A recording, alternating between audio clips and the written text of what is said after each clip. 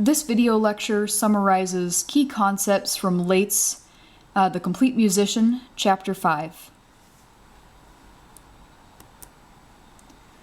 So this chapter introduces the concept of four-part voice leading and begins with several general principles. The first of these is the idea of minimal motion. What this means is that each voice part should move predominantly by stepwise motion, and that there are a couple things we should try to avoid. One of these is voice crossing. Voice crossing occurs when a higher voice part dips below a lower part, for example, an alto dipping below a tenor, or vice versa. In the example on the right, you'll see that in the key of G major we have an alto part moving from F sharp down to D, while the tenor part moves from D all the way up to G4, such that in the second chord it's actually sounding above the alto part and at a unison with the soprano. This is an example of voice crossing. Voice exchange normally occurs over more than one note here, but this is just a short example. Voice exchange happens when a note that's included in consecutive chords is actually passed between different voice parts. And so in this example, a G is introduced in the alto and then is taken over by the tenor. Based on the principle of minimal motion, it would actually be very easy and create minimal skips and leaps if that alto part were simply to sustain the G. Another problem with this example is that we have a situation of parallel octaves. You'll see that both the bass and the alto begin on G and ascend to C, creating parallel octaves. That's shown here. So a solution would be to move that G that was taken over by the tenor back up into the alto part, creating a sense of a sustained pitch in the alto, and then moving the C that was in the alto part down to the tenor part. This solves several issues. First of all, it reduces the number of skips and leaps that are happening between the voice parts. And second, it allows for, it eliminates the parallel octaves that we previously saw between the bass and the alto. Another principle is when doubling, it is ideal to double the root. Sometimes it's necessary to double a pitch other than the root. In that case, the alternative would be to double the third. Also, in an ideal scenario, one would compose complete chords, that is, chords that include all of their components, the root, the third, and the fifth. At some points, it is necessary to omit a pitch. In that case, it is permissible to omit the fifth. There's some strange doubling in the example on the right. You'll see that in the context of the first chord, a chord built on G, we have a doubled root and a doubled fifth, but no third.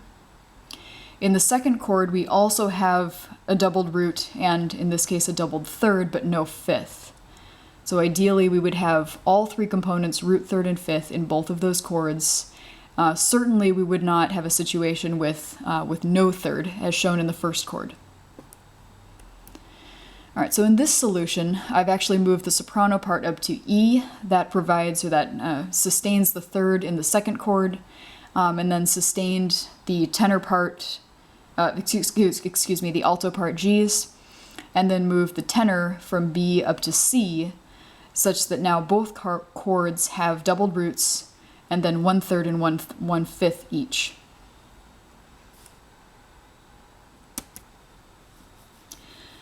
General principles of species counterpoint still apply. Among those are one should avoid awkward leaps, such as tritones and sevenths, and as we already saw, avoid parallel fifths and parallel octaves. So the same rules that applied when we were composing for just two voices carry over as we're now composing for four voices. In the example shown on the right, there's another problem. This one has to do with parallelisms. In this case, the bass moves from G up to C and the alto moves from D up to G, creating parallel fifths. And I actually moved quite a few notes around here. I pulled the soprano and the alto parts closer together so that they could move, so the alto part could sustain the fifth scale degree while the soprano moves from 7 up to 1. And then I moved the tenor part up to D so that it could approach the third scale degree, the E, by step.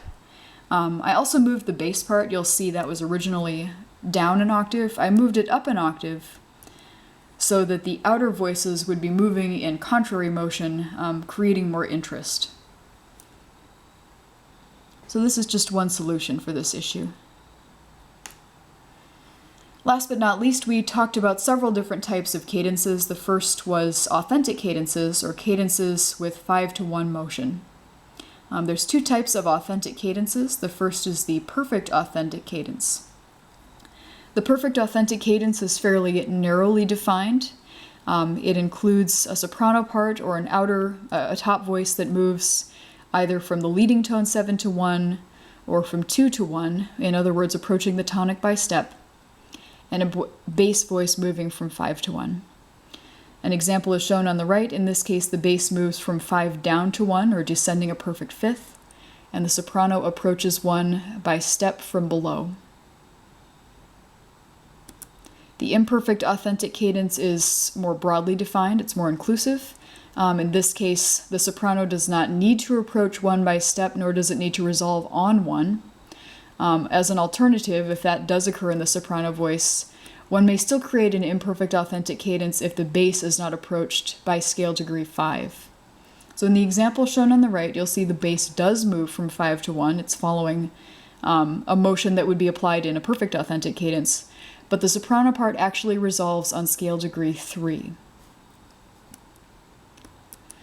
Last but not least, we looked at the half cadence, which moves from 1 to 5, or may move from 1 to 5. But the point being that 5 is the resolution chord in this case. So the example on the right shows a chord built on C in the context of C major moving to a dominant chord built on G. As a last exercise, I'm just going to play a couple of those as examples. I'll start with a perfect authentic cadence, in this case moving the soprano voice moving from 2 down to 1. Here's another perfect authentic cadence with the soprano voice moving from 7 up to 1. Alright, so here's one example of an imperfect authentic cadence. In this case, I'm actually going to resolve in the soprano part on a note other than 1. This is going to be resolving upwards to 3.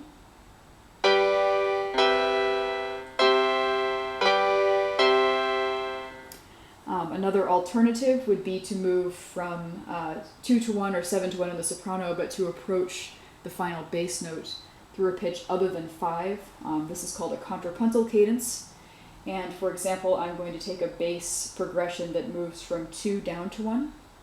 Here it is. Here's another example in which the soprano moves from 2 down to 1 and the bass uses a contrapuntal cadence moving from 7 up to 1. Last but not least, the half cadence concludes on 5, for example. Or. Alright, so there's several different iterations of these cadences.